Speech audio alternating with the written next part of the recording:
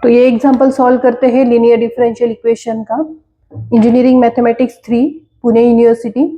तो सबसे पहले देखो हमें क्या लिखना है, इधर D square plus D y is equal to 0। ये क्यों लिखा हमने?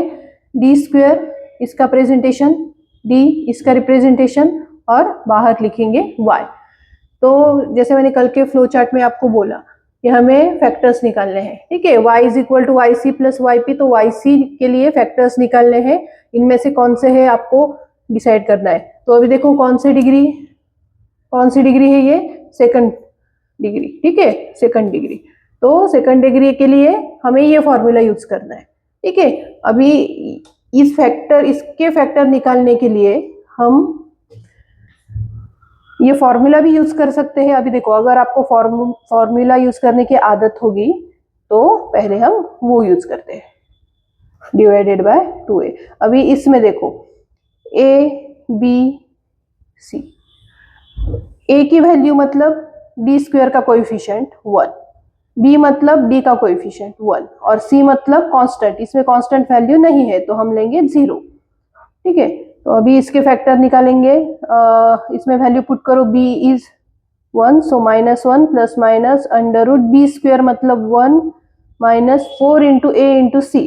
अभी इसमें देखो c की वैल्यू क्या है, 0, तो 0 इंटू एनीथिंग क्या आएगा, 0, डिवाइडेड बाय 2 इंटू a मतलब 2 इंटू 1 मतलब 2 ही रहेगा। -1 प्लस माइनस ये तो पूरा देखो, अभी 1 plus minus under root 1 minus 0 1, ठीक है। तो ये रहेगा अंडर रूट 1, तो इसका आंसर रहेगा 1। इसके बाद देखो अभी प्लस माइनस को कैसे लिखेंगे हम, -1 प्लस 1 बाय 2 -1 माइनस 1 बाय 2, सो 0 बाय 2 माइनस 2 बाय 2, तो 0 डिवाइडेड बाय 2 0 और इसका आएगा -1, ठीक है। तो हमने क्या फैक्टर निकाले, 0 एंड -1। अभी इसको हमें कैसे लिखना है, अभी देखो फ्लो चार्ट में देखो ये फैक्टर्स निकाल लिए हमने। उसके बाद क्या करना है, हमें टाइप देखना है, फैक्टर्स कौन से है, real and distinct, real repeated imaginary और रिपीटेड इमेजिनरी। हमें पता है 0 एंड -1 क्या है, ये इसमें इमेजिनरी वैल्यू नहीं है तो क्या हुए ये रियल, और डिस्टिंक्ट भी है क्योंकि अलग अलग है, रिपीट नहीं हुआ है कोई भी फैक्टर, तो इसके लिए ये आएगा रियल एंड डिस्टिंक्ट। तो क्या करेंगे, सिंपल ये फॉर्मूला यूज करेंगे। c1 e raise to m1 मतलब हमारा पहला फैक्टर 0, m2 मतलब दूसरा फैक्टर -1। तो हम यहाँ पे yc निकालेंगे, yc is equal to c1 e raise to m1 मतलब 0x plus c2 e raise to -1 मतलब -1x मतलब -x। c1 anything raise to 0 is 1, ये हमेशा ध्यान रखो, anything raise to 0 is always 1। तो ये आएगा 1, c1 into 1 c1 plus c2 e raise to -x। तो ये क्या आ गया हमारा yc। अभी नेक्स्ट पार्ट हमें क्या निकालना है, yp, ठीक है। अभी yp के लिए सॉल्व करते हैं। अभी फ्लो चार्ट देखो, yp के लिए देखो इतने सारे फॉर्मूले हैं, जनरल मेथड, शॉर्टकट मेथड के ये सारे फॉर्मूलाज, ठीक है। अभी इनमें से कौन सा यूज करना है, कैसे चेक करेंगे हम, तो देखो हमारा जो एग्जांपल है क्या है, यहाँ पे डी स्क्वायर प्लस डी इस फॉर्मेट में है। तो यहाँ पे आपको दिख रहा है फ्लो चार्ट में इस टाइप का डी स्क्वायर प्लस डी इस फॉर्मेट में कहीं पे दिख रहा है। देखो हम क्या करेंगे, अभी इसको और सॉल्व करेंगे। ये जो था हमारा y is equal to D square plus D y is equal to 0। तो इसको हम सिंप्लीफाइड फॉर्मेट में कैसे लिख सकते हैं, d कॉमन लिया, d plus 1 y is equal to 0, ठीक है।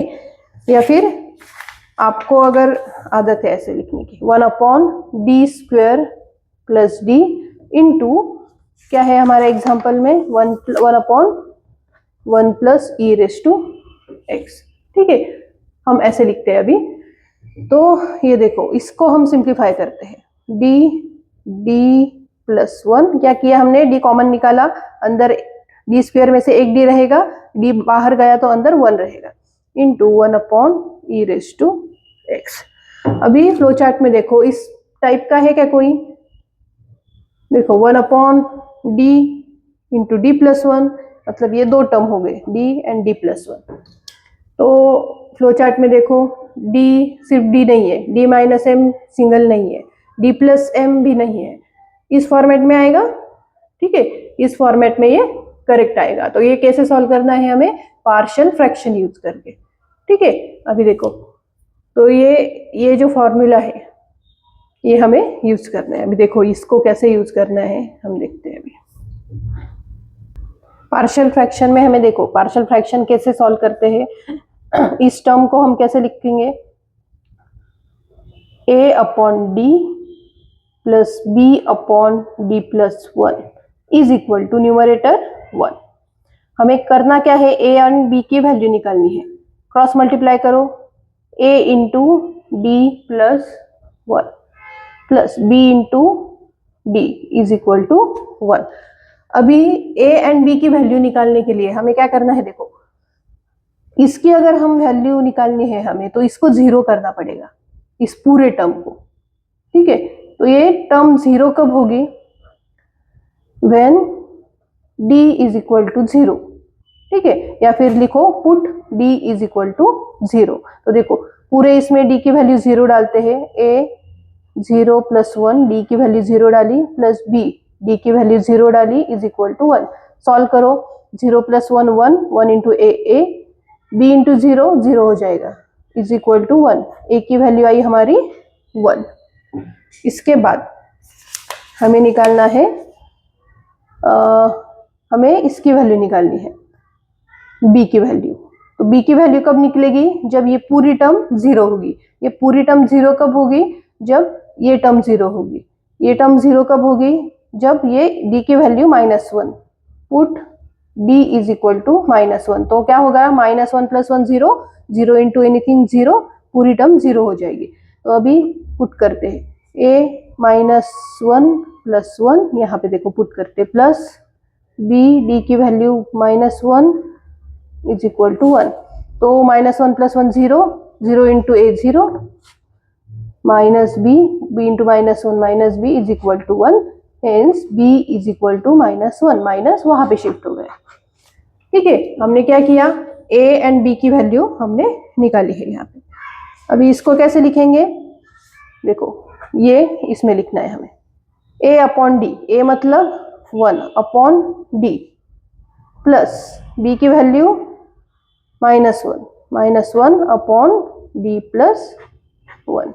ठीक है, अभी इसको प्लस माइनस माइनस हो जाएगा, तो इसको हम ऐसे लिखेंगे, is equal to 1/d minus 1/d plus 1। ठीक है, अभी हमें निकालना क्या है, yp। ठीक है, तो 1/d, ये टर्म हमने सिंप्लीफाई की, कौन सी टर्म, देखो अभी इसमें जिसमें हमें yp निकालना था,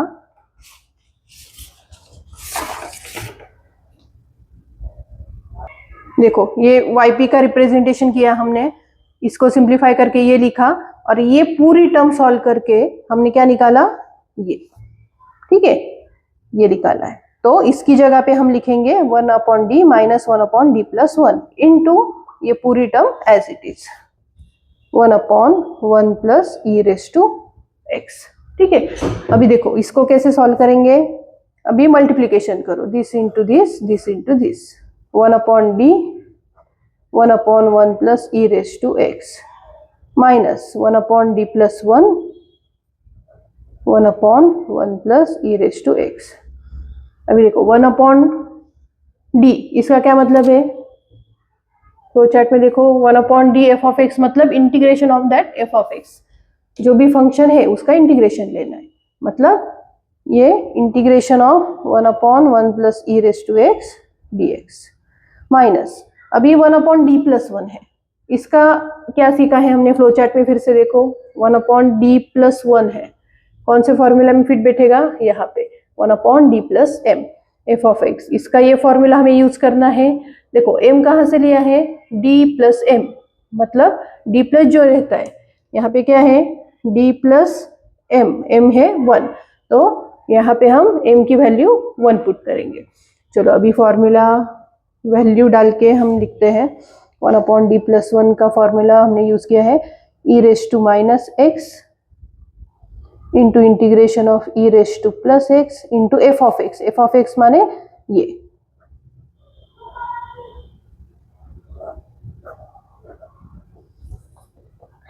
ठीक है। अभी इंटीग्रेशन, यहाँ पे चैलेंजिंग पार्ट आता है इंटीग्रेशन का। इसका इंटीग्रेशन कैसे करेंगे, तो देखो e⁻x के फॉर्मूले हमें पता है।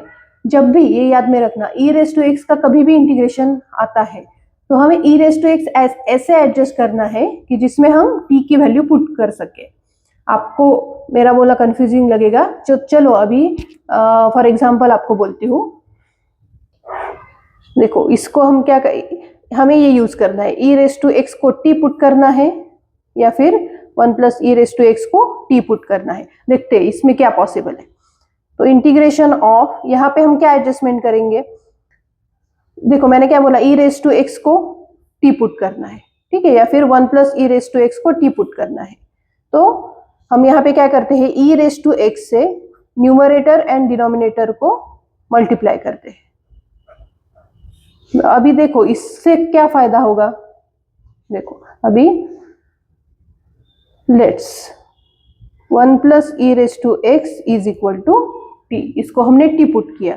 अभी जब हम इसका डेरिवेटिव लेते हैं, 1 का डेरिवेटिव 0, e⁻x का e⁻x dx is equal to dt। देखो इससे फायदा क्या हुआ, e⁻x dx मतलब e⁻x dx, इसकी वैल्यू आ गई dt। e⁻x की वैल्यू हमें यहाँ से निकालनी है, 1+e⁻x मतलब t। तो देखो पुट कैसे करेंगे, e⁻x dx मतलब dt अपॉन, अभी e⁻x हमारे पास क्या है, 1+e⁻x, तो सिंगल e⁻x माने 1 वहां पे माइनस हो जाएगा, सो e⁻x इज t-1, तो e⁻x is t-1 into 1+e⁻x माने t। ओके, अभी dx नहीं लिखेंगे क्योंकि हमने e⁻x dx की जगह पे dt लिखा है। अभी ठीक है, ये पार्ट सॉल्व करते हैं हम। अभी ये वाला पार्ट, e⁻x इंटू, अभी देखो यहाँ पे भी, यहाँ पे ज्यादा सिंपल हो जाएगा। यहाँ पे भी क्या करेंगे, 1+e⁻x को t पुट करेंगे, इसका डेरिवेटिव निकालो, 0 प्लस e⁻x का derivative e⁻x dx is equal to t का डेरिवेटिव dt। तो इस सिंपली यहाँ पे हम पुट करते हैं, तो e⁻x इंटू 1 इंटू dx मतलब e⁻x dx which is dt upon 1+e⁻x मतलब t, ठीक है। तो ये आसान हो गया। अभी ये हुआ माइनस, ये नीचे लिखते हैं। अभी देखो 1/t का इंटीग्रेशन, आपको ये तो पता होगा, integration of 1/x dx is log x, तो 1/t का इंटीग्रेशन क्या आएगा, log t, ठीक है। ये हमारा एक सॉल्व हो गया। अभी ये वाला पार्ट बाकी है, तो अभी इसको कैसे सॉल्व करेंगे। इंटीग्रेशन में आपने सीखा होगा, अगर ऐसे टर्म रहे तो हमें पार्शियल फ्रैक्शन यूज करना है। तो इसको कैसे लिखेंगे, a/t-1 plus b/t is equal to numerator value 1, cross multiply t into a plus t-1 into b is equal to 1। अभी देखो हमें क्या करना है, इसको, इस टर्म को 0 करना है। ये 0 कब होगी, a की वैल्यू क्या रहेगी, सॉरी t की वैल्यू क्या आएगी तब ये 0 होगा। So put t is equal to 0, ये t की वैल्यू 0 रहेगी तो ये पूरी टर्म 0 हो जाएगी। तो यहाँ पे भी t की वैल्यू 0 डालो, क्या आता है देखते हैं, 0 इंटू a 0 प्लस t की value 0 -1 b is equal to 1, so minus b is equal to 1, means b is equal to -1। b की वैल्यू हमने निकाली। अभी देखो पुट, अभी क्या करना है हमें, ये वैल्यू 0 करनी है। t की क्या वैल्यू डालेंगे तो ये 0 आएगा, +1, क्योंकि +1 -1 0, 0 इंटू बी 0, पूरी टर्म 0। तो देखो अभी t की वैल्यू यहाँ पे भी 1 डालेंगे, 1 into a plus 1 -1 0, 0 into b 0 is equal to 1, hence a is equal to 1। ये a और b की वैल्यू आ गई हमारी। अभी इंटीग्रेशन को देखो कैसे लिखते हैं हम, a upon t -1, 1 upon t -1 plus b यानी -1, सो यहाँ प्लस माइनस माइनस हो जाएगा, 1 अपॉन t dt। अभी इसको कंटिन्यू करते हैं हम, इसका इंटीग्रेशन, और ये सॉल्व कर दिया है हमने, ये एज इट इज कंटिन्यू करते हैं। इसमें t की वैल्यू अभी पुट करनी बाकी है, ठीक है। अभी देखो इसका सिंपल, हर एक का अलग से, बीच में माइनस साइन है तो इसका अलग से इंटीग्रेशन आएगा। Integration of 1 upon t -1 is log of t -1, minus इसका इंटीग्रेशन 1 अपॉन t का integration log of t, minus e raise to -x log of t। अभी देखो t की वैल्यू जो हमने अज्यूम की थी वो पुट करनी है। t की वैल्यू हमने क्या अज्यूम की थी, यहाँ पे 1 plus e raise to x, इसकी भी 1 plus e raise to x, ठीक है। तो अभी देखो t की वैल्यू बैक हम ये पुट करेंगे, 1 plus e raise to x -1 minus log 1 plus e raise to x minus e raise to -x log e t की value 1 plus e raise to x, ठीक है। यहाँ पे क्या हो जाएगा, 1 -1 0 हो जाएगा। नेक्स्ट पेज पे हम सॉल्व करते हैं। देखो अभी इसको log 1 -1 0 log e raise to x minus log 1 plus e raise to x minus e raise to -x log 1 plus e raise to x। अभी यहाँ पे log का फॉर्मूला यूज करेंगे, ये x log के पहले आ जाएगा, माइनस ये एज इट इज,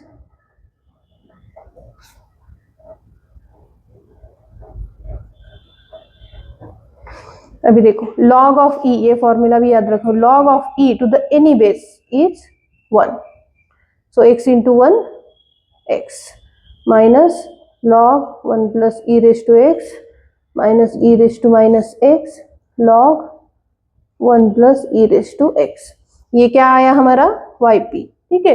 और हमारा yc क्या निकाला था हमने, वो भी लिख देते हैं, y is equal to yc plus yp, ठीक है। तो yc हमारा आया था c1 plus c2 e raise to -x और प्लस yp माने ये पूरी टर्म x माइनस log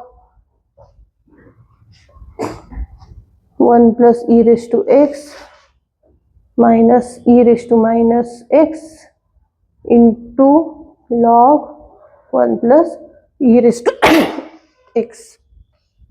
तो अभी देखो ये एग्जाम्पल हमने सॉल्व कर दिया है। तो आपको किसी भी प्रॉब्लम में अगर दिक्कत आ रही है, किसी भी क्वेश्चन में अगर दिक्कत आ रही है, तो आप मुझे कमेंट कर सकते हो। मैं यहाँ पे वो पूरा सॉल्यूशन के साथ एक्सप्लेन करूँगी, उसके लिए जो फॉर्मूलाज लगने वाले हैं वो भी एक्सप्लेन करूँगी। तो एक तो आप सब्सक्राइब करो, और आपको कोई भी डाउट हो तो आप कमेंट में ज़रूर पूछना।